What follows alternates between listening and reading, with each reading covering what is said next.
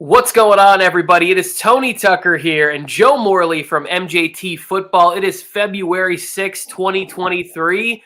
We're going to be talking. Joe has a hot scoop from the Pro Bowl, so don't go anywhere. Hit that subscribe button, and let's just do this.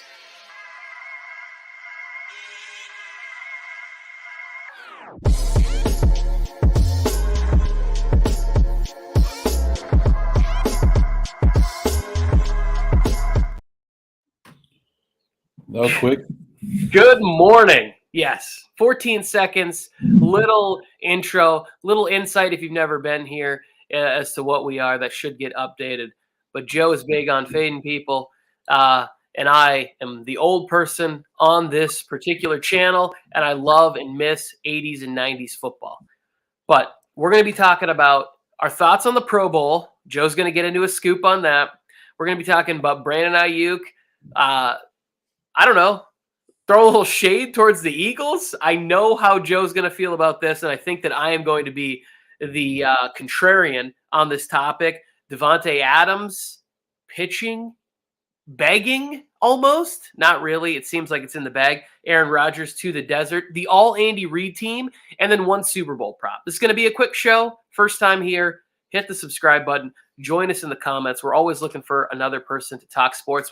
We're still missing Mike on the mic. He's a busy man, but he'll be back for at least one show. If I have to drive to his house and turn on his camera for him, we will be talking Super Bowl with NFL Mike on TikTok. You guys know who he is. He's a superstar.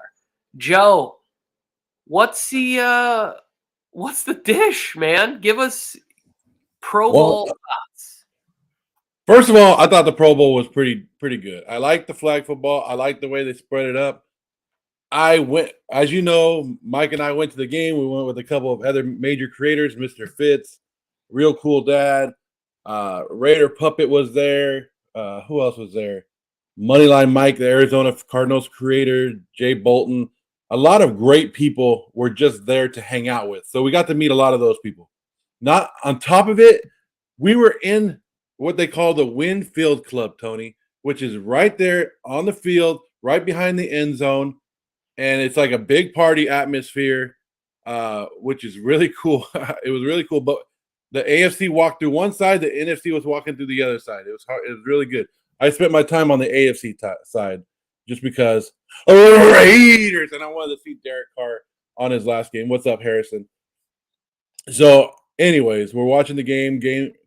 You know, game was good in there, but from where we were, we really couldn't see because they had the weight. I don't know if you saw the weight competition there. That was right in front of us, so we couldn't really see that until they cleared the game until they cleared it out. But we had enough TVs and stuff to know what was going on. Well, Tony, after the game, I was like, you know what? I'm gonna stand right here. I'm gonna record some of these players walking by, see if I can get some reactions from them. See if they come over and talk to me. If I would have had like a ball, I would have had so many autographs from them because they were all the players were so nice, except for Derek Carr. He got out of there quick. He got in and he was out. Couldn't find him after that. I just showed you before. You know, I talked to Derwin James, Dalvin Cook was there, but most of them I felt bad because I couldn't take my son Jake, and everybody knows Jake.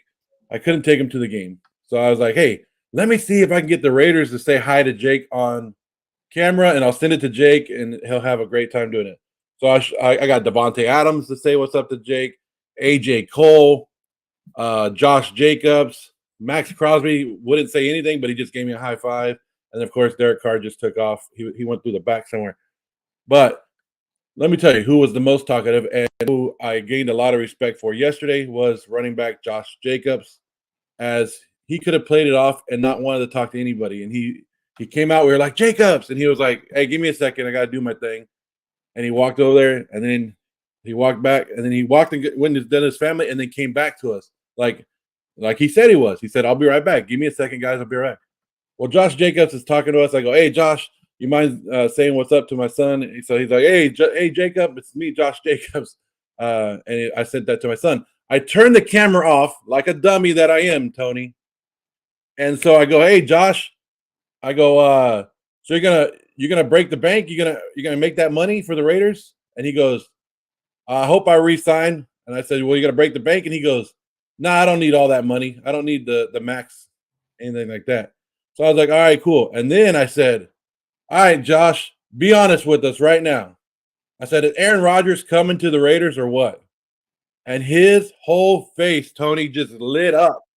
Like he went like from signing something to just the biggest smile you ever seen on somebody's face. And I said, you don't have to say nothing, Josh. Your face says it all right there. I said, he's coming to the Raiders. And he looked at me and he said something that I don't want to put on camera. I've been trying to recruit him or trying to get him over there. Him and DeVante have been talking to him for a while. So let's just say the reaction from the Raiders players yesterday is, yes, Aaron Rodgers will be a Las Vegas Raiders next year. The news broke this morning, Tony, that Aaron Rodgers has told his agent that he prefers the Raiders over the Jets. So you tell me. That's what I got out of the Pro Bowl. But other than that, I thought the Pro Bowl was fun. It looked like the players had a great time. Players interacted with the fans. And from what Josh Jacobs was saying as well is that they all loved yesterday's events. Going up to it from Thursday to Sunday was kind of iffy for them. But he said yesterday's events were the best, and they all loved yesterday's events. Yeah, I think if you can boil it down to 1 day or 2 days or whatever and have the players commit to spending the 1 day at least there. My thing is I thought that the best catch was kind of a bust, right? It didn't really play well on TV. It was almost kind of like watching a live Dude Perfect episode. It's like, this isn't good. This should either all be pre-recorded and then celebrated in the stadium, right? Like presentation of the best catch, and somehow you can vote on it at that time. It just didn't really play that well. Amon-Ra and his brother Equanimous clearly had the better performance. Yeah. What you said about the Raiders came through perfectly. And I guess we can just sort of skip down to topic number 3 in the Rodgers Vegas residency, like where he's going to be next season. When they were talking to DeVante Adams, like they said, well, why would he come here? And he put, I'm here. And it was just the look on his face that's like, oh, they already know that it's kind of over in Green Bay and it's all but done. Like the finality of like, how much are the Raiders going to part with to get him there? And I don't think it's going to be even as much as what they gave up for DeVante Adams.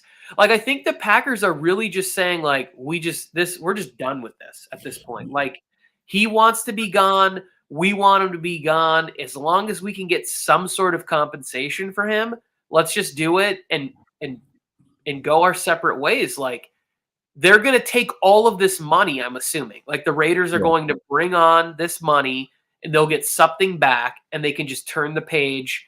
They can draft, like maybe another rookie behind him, although that doesn't really feel like the Packers' way. But well, see, this is what I'm getting, Tony. Aaron Rodgers is not going to cost a first-round pick anymore. The price has gone down.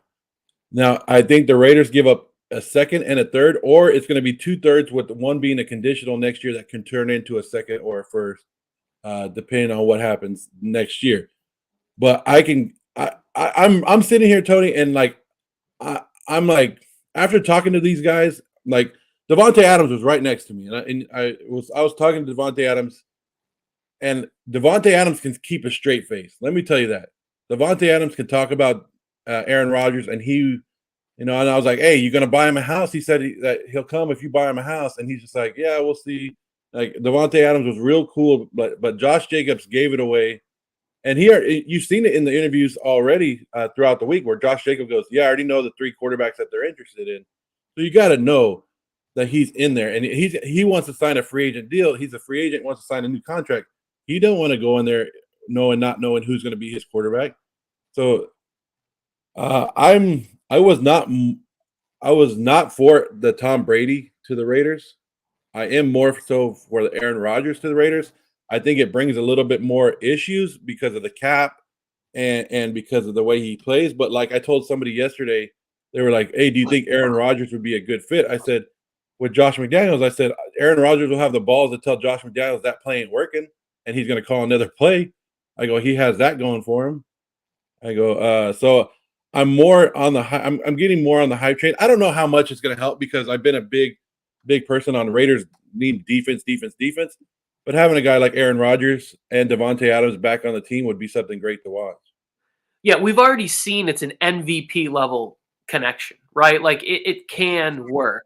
My hopes are that it's terrible and it's a train wreck and Derek Carr goes and wins a bunch of games with the Carolina Panthers and I just get to make fun of you.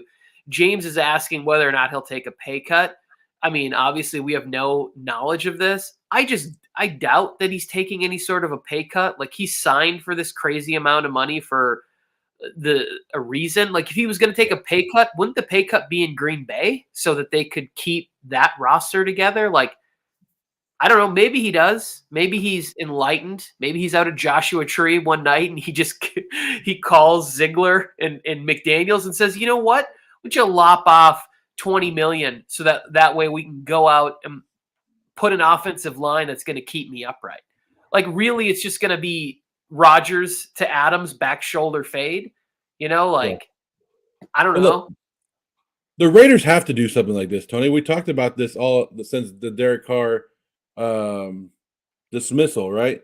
That the Raiders they put themselves in a corner where they have, hey, we want to win. Now they're saying basically like the Broncos, we're a quarterback away. That Derek Carr was our only issue.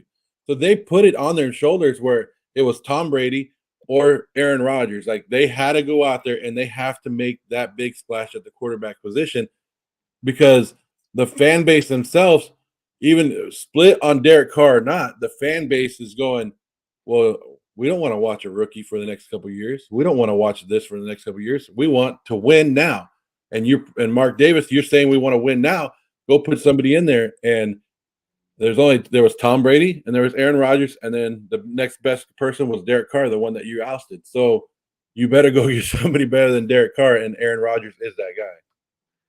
Yeah, I don't think Jimmy G was moving any needles, and I'm not going to lie, there's all this optimism, and I think he's going there now too. I thought Miami is a better location for him, but if this were to fall apart for some reason, it just is another blemish on what is going on with the Raiders right now. Like, how can you botch this so bad? Because I forget where it was, maybe McAfee or somebody.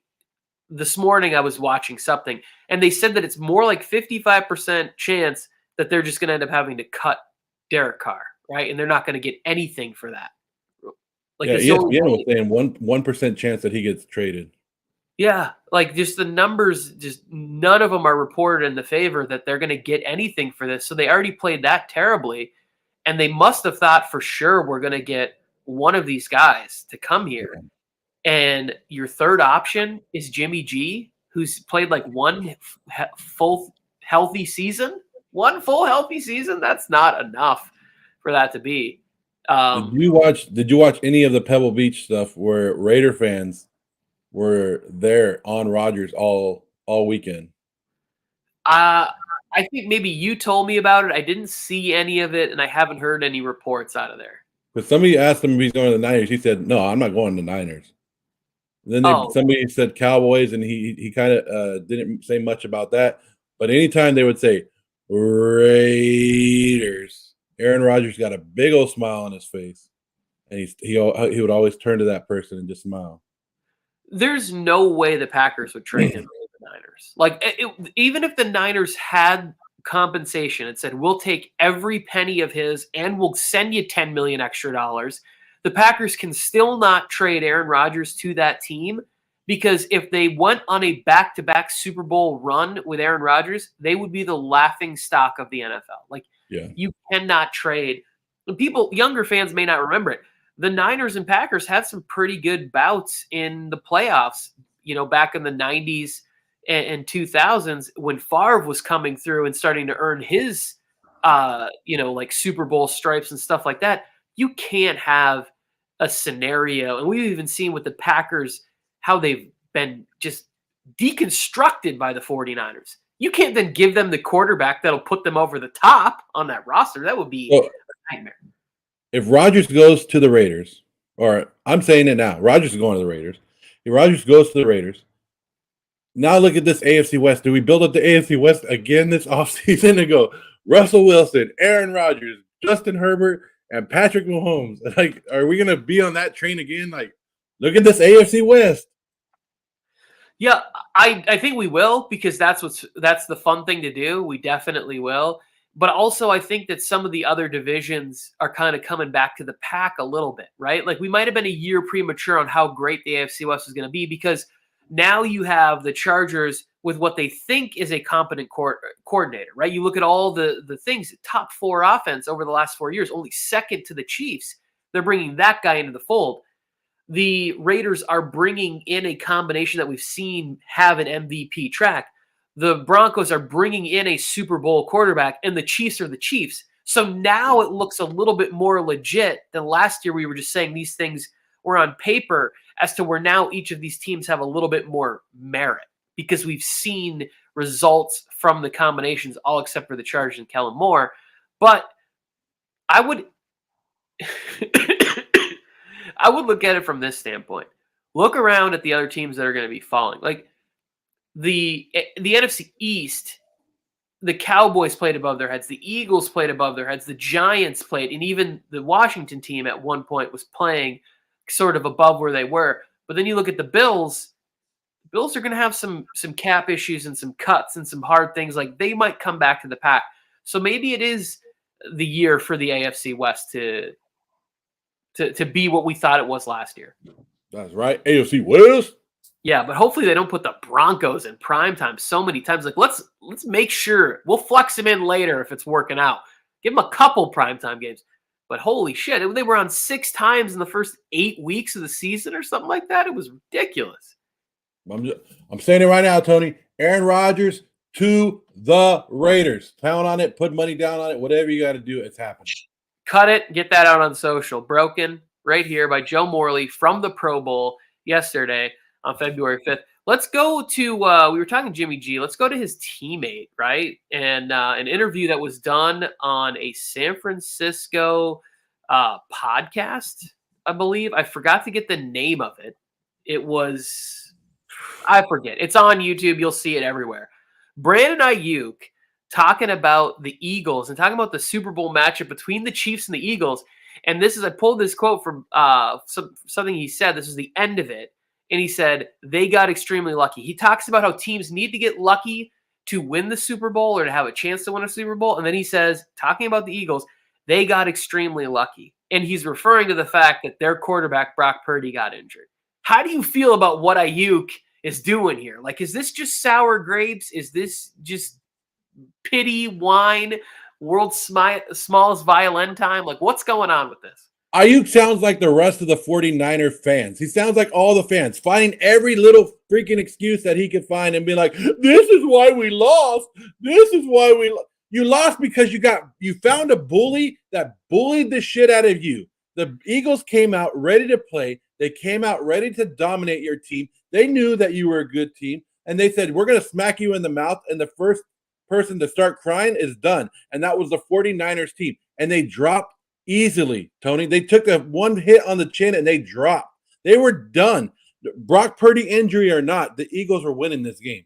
The Eagles were coming out and winning this game. That defensive line was too much for the San Francisco 49ers.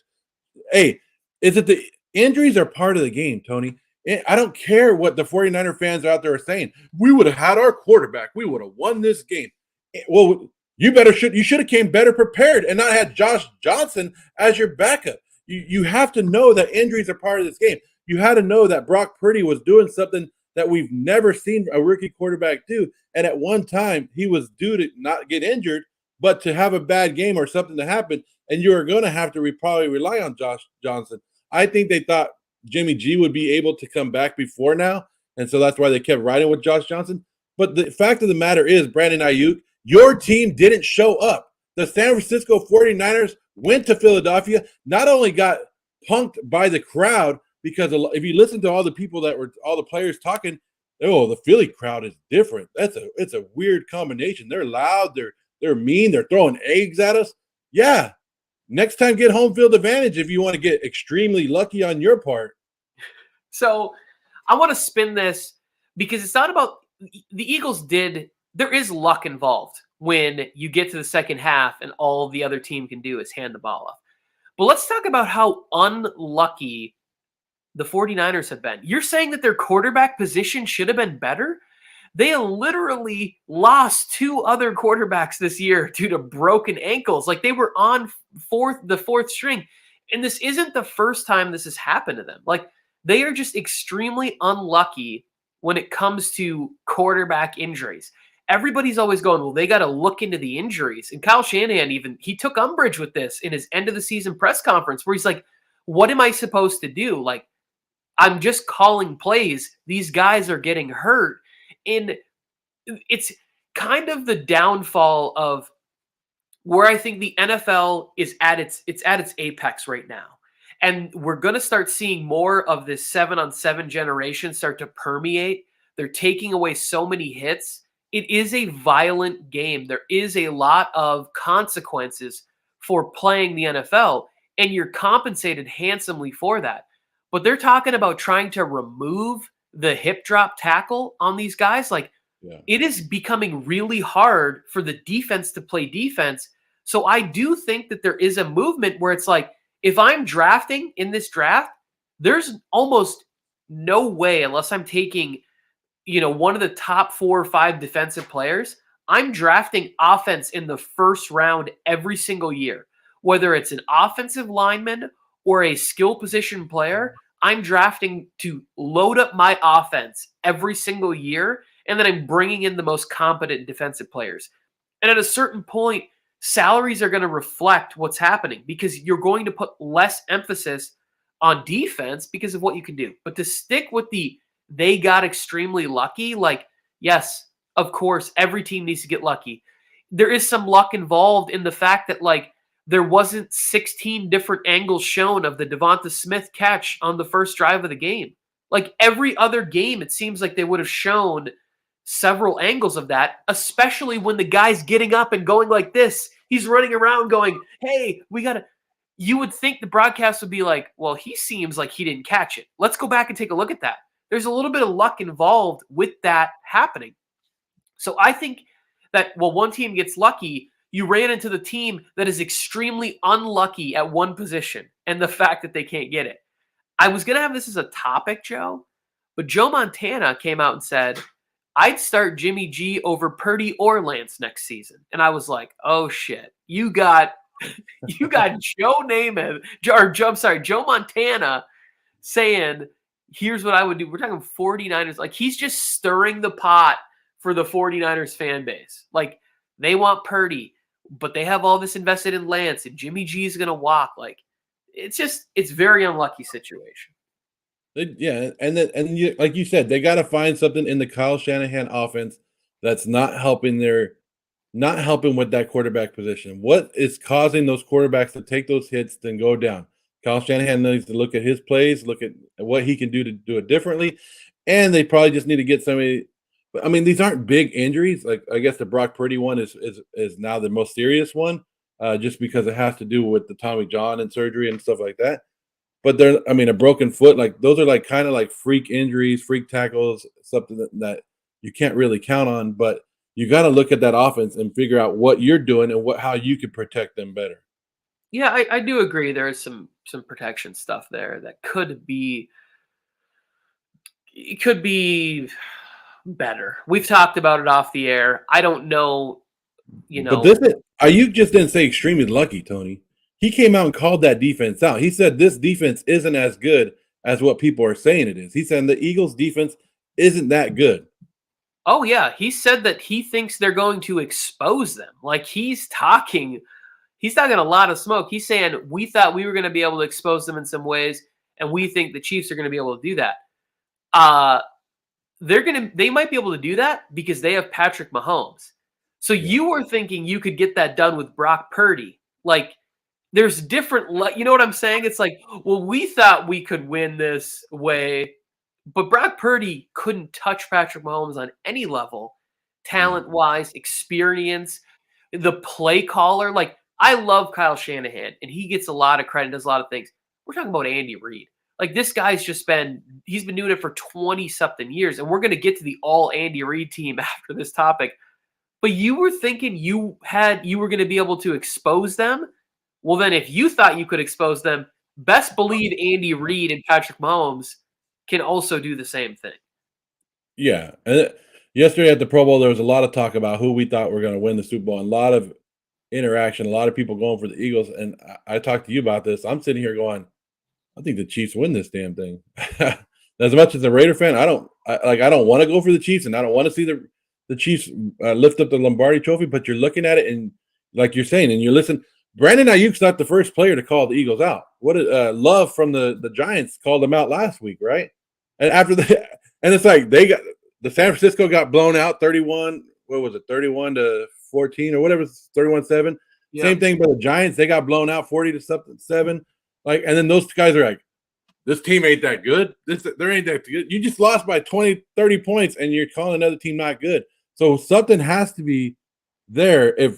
And we always say that players know what's going on. Players can tell you who's a good player, who's not. So everybody's saying that this Eagle team is not a good team, but they're in the Super Bowl. I don't know what to believe after that. I was like, wait, but they're not good, but they won 13 games, went to the Super Bowl, and now they're not a good team. They're just a lucky team. Well, we're going to get more in depth in Super Bowl, and I will talk about it at that point. We have let's catch up with this the comment section here, and then we'll get into the all Andy Reid team. The Eagles defense is just much better than the Chiefs. I don't believe that at all, James. It's look at what the Chiefs did earlier in the year to a healthy San Francisco defense. I think Bosa might have been out in that game, so maybe they did catch a little bit of a break there. This is an offensive league. This is the biggest stage. I think that this game is going to be refereed for offense and points. They don't want another 13-3 Super Bowl like they had between the Rams and the Patriots. Like that just is boring and bad ratings. They want explosive plays, exciting moments, and that tends to be a benefactor to the Chiefs, right? To the speed, to the arm strength of Patrick Mahomes, to the genius of Andy Reid and play design. If they can get enough of these bodies back and healthy, Hardman's been ruled out. They did activate CEH for what that's worth, but he's a veteran. He's in this offense. It's another thing that the Eagles have to game plan for there. And then before we move on, I think that this is worth – I didn't want to just skip over this, that A.J. Green is retiring from the NFL. I did not see this. I don't know if it's factual or not. No, it's true. I would say that it's time, right? There's a couple of spots if he wants to go and sort of have like a Julio Jones hang-on type year, right? And he wants to take a veteran minimum contract. Like, why not go be the wide receiver 2 in Vegas, or like look around on one of these teams that might need, a little bit of help, that could be competing, that might need a veteran there. But if he is done, I don't know the numbers. I would say he's like sort of like just missing the Hall of Fame conversation for me, like just on the outside of it, because while he had a lot of impressive seasons, there was none of the playoff success, right? Yeah. There was like at some point, I think that like I want the numbers in the regular season to be so overwhelming and to play in such a pass-heavy time that the numbers really have to kind of jump off the page. I remember. Want the numbers, Tony? Yeah, sure. If you got them. 727 catches for 10,514 yards, 70 touchdowns, 7 straight Pro Bowls. Yeah, I mean those are great numbers. Like those are really great numbers. I don't know if it's like Hall of Fame, right? And I think maybe eventually I'd look at it, because when I look at guys that aren't in the Hall of Fame that had playoff success and have those kind of numbers, how does he get in over Hines Ward? And everybody hates it every time I bring this up. I don't care. Hines Ward should be in the Hall of Fame. It was an all-around great football player on a Super Bowl winning team. Julian Edelman, similar numbers. but a Super Bowl MVP and great playoff numbers. I can't put AJ Green in the Hall of Fame in front of him. And I know Julian's ticket hasn't been pulled for that yet, but people don't think he's going to get in. There's a lot of other guys that, Andre Reed's had to wait a long time, and Terrell Owens had to wait a long time. I think Tim Brown had a little bit of a wait. Like, it's great. But congratulations on a great career. I remember when they showed a segment, it was like Monday Night Football, and they're like, let's get to know AJ Green better. The dude was juggling. I was like, holy shit, this is like super impressive. Hand-eye coordination, tossing around bowling pins. Yeah, he'll be missed. Did a lot of work for me in fantasy. A lot of work for me in fantasy. You ready to talk about this all Andy Reid team real quick? Yeah. Did you want to answer this one real quick? Do you think the Colts will trade up to the number 1 pick? I don't know. Oh my god, I'm so confused about what the Bears are doing and what's happening. I don't know, but I don't think they should. I'm going to say no because they're the number 4. I think they just sit there. To be honest with you, I think they sit there. I don't think they should, but I think they might. I think depending on who they get at coach, if they bring in Shane Steichen, like let's say Shane Steichen puts together an amazing plan and Eagles put up 27 points in this and 500 yards of total offense, I could see Jim Irsay overpaying for Shane Steichen and making him the coach, and then Shane saying, I need the quarterback I want is this guy, and he's not going to be available at 1. But if I were them, I would sit tight and I would just draft C.J. Stroud, who's a bigger quarterback who looked amazing. As somebody who watched all the Michigan-Ohio State games that he played in, I was like, this dude, I told you, remember, I was like, I don't think C.J. Stroud should go to the NFL. This guy isn't ready. Then I watched the game against Georgia, and I was like, where have they been hiding this kid? Like, he was just evasive, making moves, stepping up in the pocket, using his legs. I was like, okay, there's something here. And he's a bigger frame than Bryce Young. Will Levis is also interesting. And a lot of people starting to blow a little smoke for Anthony Richardson. So I wouldn't trade up unless Shane Steichen says Bryce Young is definitely the guy. We have to have him. Then I think you got to go to number 1. Yeah. Who gets the first pick of the last round? Who gets the last pick of the first round? But he's saying basically who's winning the Super Bowl. We're not giving that out yet. Not giving that out. We're not to the Super Bowl show yet. So Steve Mariucci, great mooch. Youper right here. I know you guys don't know what that is. Upper Michigan. He's from Iron Mountain, my neck of the woods. Put together the all Andy Reid team. Obviously, Patrick Mahomes narrowly beats out Donovan McNabb. That's not anything crazy. But I was just looking at it and I was like, I wonder how many of these players think, like, what is it? Like, do you think, like, combination, right, of marriage? That's the way I look at it. It's like coach and players get together. I do think Patrick Mahomes would be good. I don't think he'd be as great somewhere else. Like, Terrell Owens was great everywhere he went. Is this by the time they played with Andy Reid, or how good the player was overall, no matter playing with Andy Reid or not? So it doesn't really go into that, but it's just like Andy Reid had Donovan McNabb, and now he has Patrick Mahomes.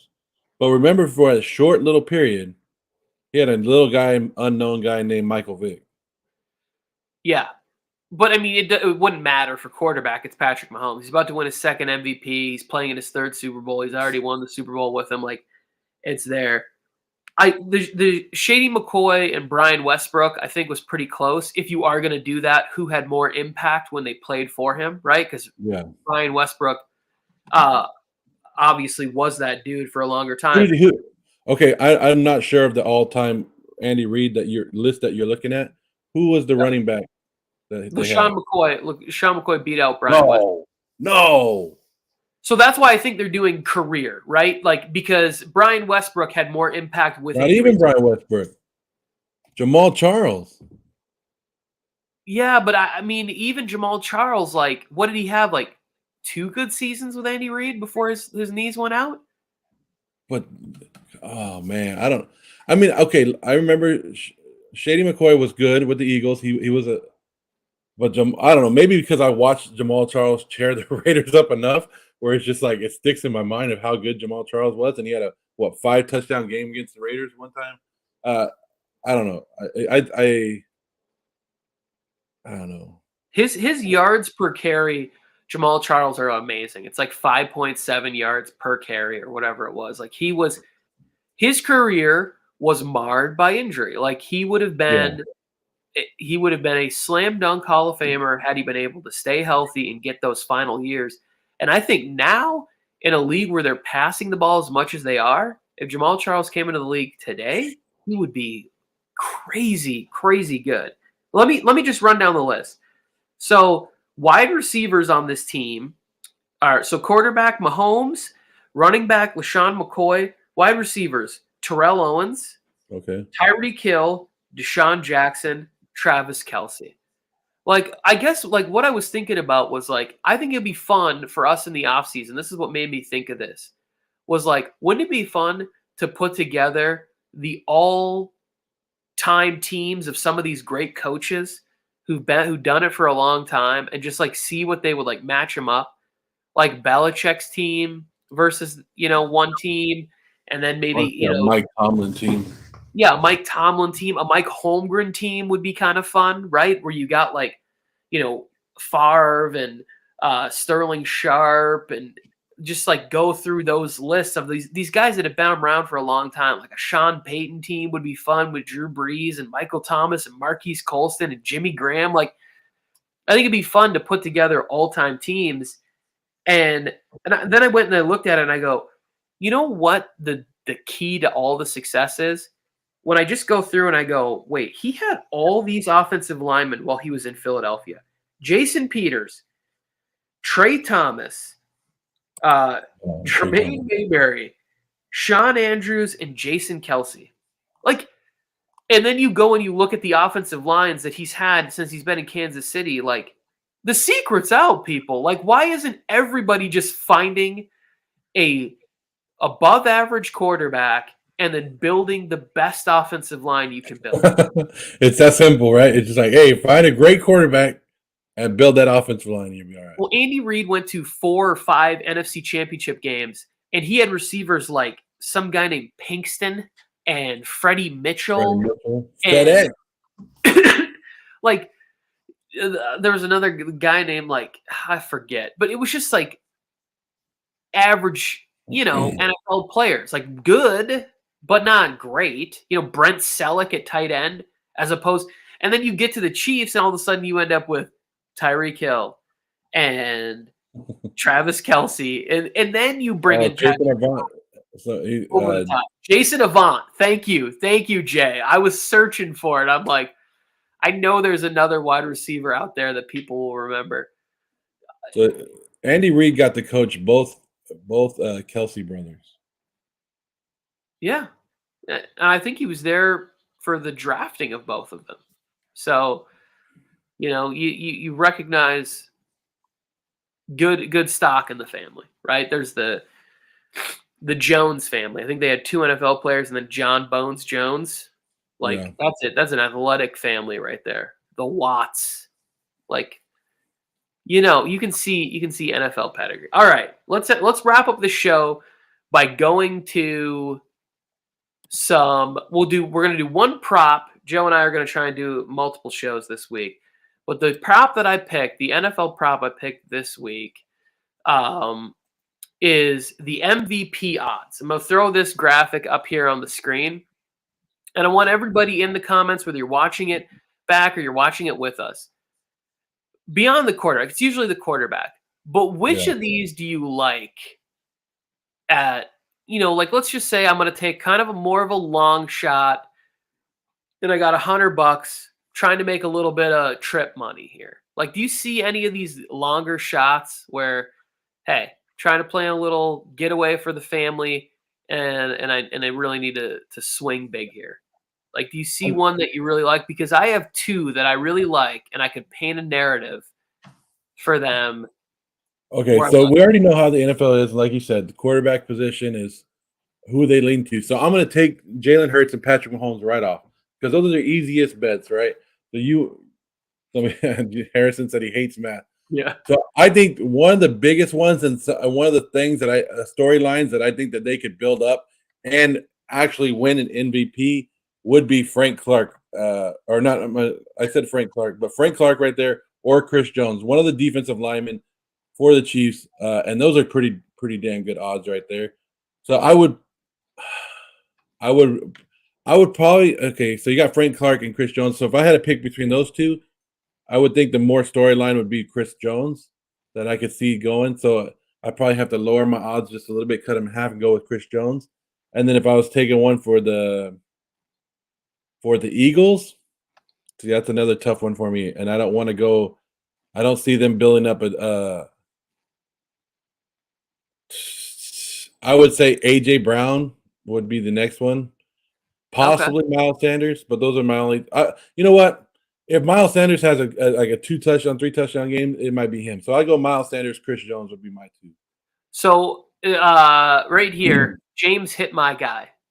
If my wife was like, "Hey, you can waste $100 on one of these right here," I would go with Hassan Reddick, because if this is a defensive game and they're going to shut him down and they're going to have, he could have that kind of 2.5 sack. He could have a similar performance to what he had in the last game, and a game that could end 16-10, where he has a forced fumble, 2.5 sacks, a couple of passes batted, a couple tackles for loss in this game, where Hassan Reddick really does go crazy. And then they're like, well, nobody really did anything, and the Eagles did score a defensive touchdown in this game. Like, Hassan Reddick, I could see in a defensive game where he is the MVP. Like, that is that to me is something I could easily see. And when I saw 3,500 to 1, like, give me that. I'll take a $3,500 payday.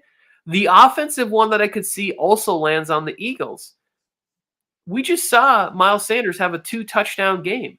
Like, there is a path in which the Eagles put 27 points on the board, and Miles Sanders gets 3 touchdowns from inside the 5-yard line in this game. You know, and it finishes with 86 yards of total offense and 3 touchdowns and wins the game. Like, I'll take those odds too, because you're not really getting that. You're not getting that, making that much money betting Hurts or Mahomes, right? Yeah. And even if Kelsey and AJ Brown have big games, they're likely just going to side with the quarterback in this one. But Harrison throws out MVS. MVS at 6,000, right? I just can't see. If MVS has enough stats, they'll just be like, "Oh, it's Patrick Mahomes." Yeah, so like MVS, he doesn't have that name that they would give it to him. Well, but okay, so you got to remember, I was thinking about this. Like, Malcolm Smith for the Seahawks has won a Super Bowl MVP. Now, these are a while ago, because I thought in the Falcons-Patriots Super Bowl, I thought James White was a shoo-in for that Super Bowl MVP. Yeah. When I was younger, the Cowboys-Steelers Super Bowl, Larry Brown picked off 2 passes, won a Super Bowl MVP. Like, there's been years where it's not really a big name guy. I forget who won the Super Bowl MVP for the Raiders-Bucks Super Bowl. It was a safety, Smith. Yeah, wasn't it Smith? I thought it was like Dexter Jackson or something. It was Dexter Jackson. Yeah, there's been some MVPs in Super Bowl where you're like, you're not too familiar with the player, or like, he's definitely not a household name. Harrison, you don't like betting. Good. Don't bet on the Panthers to win the NFC North next year. But yeah, I thought that was interesting when I looked at it. I was like, Hassan Reddick is getting really great odds to be Super Bowl MVP, and there is an easy path, I believe, for him or Miles Sanders to being MVP.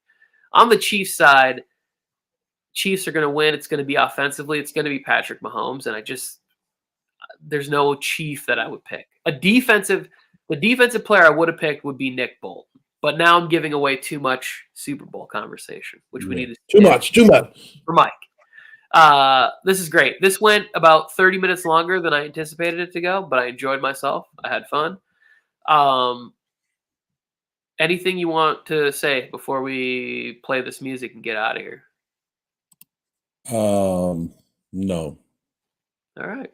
There it is. Fill up the comments, hit the subscribe button, tell a friend. Joe and I will hopefully be back tomorrow. If not, the next Where's day. Mike? Yeah, Aaron Rodgers is relocating to Joshua Tree. Can't wait. Jordan Love season.